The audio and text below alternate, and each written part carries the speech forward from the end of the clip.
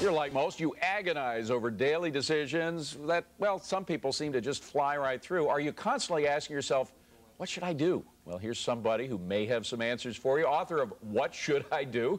Bruce Weinstein. Good to see you, Bruce. Good afternoon, David. Thanks very much. There's a copy of the book. Let's go right to it. You have specific advice on specific issues that might come up. The first one, dealing with employment. What happens if you just happen to be walking through the office one day and you see somebody taking somebody from a drawer and maybe putting it into their own bag? Here's the question. You notice a coworker stealing petty cash. Should you, one, confront her and encourage her or him to replace the money, B, notify your supervisor, or C, keep it to yourself? Let's take C first. Keep it to yourself. I think a lot of people would say just, forget about it.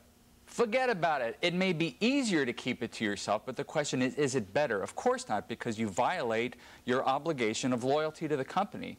Confronting her, you're a rat. Well, the best solution to this problem will be the one that honors all of the values that are at stake, and that one violates our responsibility to our employer. Confronting her and encouraging her to replace the money, option A, unfortunately, if we leave it at that, again we failed our obligation to the company. Only notifying our supervisor really ends up doing the right thing. Now, again, we want to jump on through, but I would say number A there for me personally, at least for the first time. If you see, if you keep your eye on her after you say, hey, look, I saw what you've done. It's not right. If you do it again, I'm going to tell somebody. You lay it out for the person.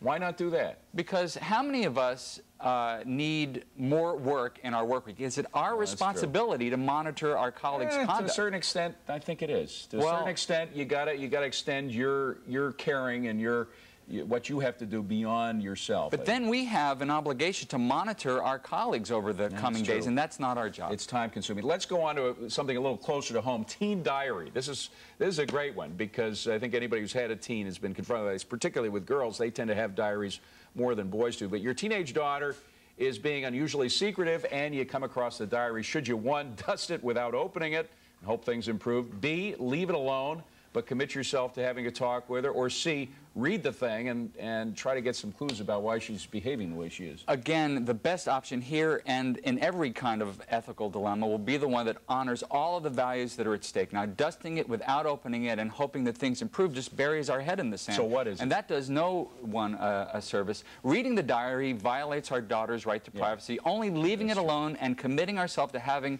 an open and honest conversation seems pretty clear. Honors all of the values. That is the right choice. I wouldn't argue with that one at all. And going up in age a little bit, a friend's divorce. Most people have had at least some inkling of what divorce is like. A friend of yours and your husband's just got divorced. Your husband doesn't want you to see the ex-wife because it might compromise his friendship with the ex-husband. You should, one, explain that the request is unfair, B, see your friend secretly, or C, honor your husband's request. Well, a marriage is, or at least should be, a partnership, a true partnership, and choice B fails to honor that partnership because it violates the trust that our spouses place in us, as does honoring our husband's request, or the husband's request, because in that case, our husband has not treated the wife, the husband has not treated the wife fairly. Explaining that this request is unfair is the best option because, again, only that choice honors all of the values. What if you explain that it's unfair and she says, I don't care, you got to do it?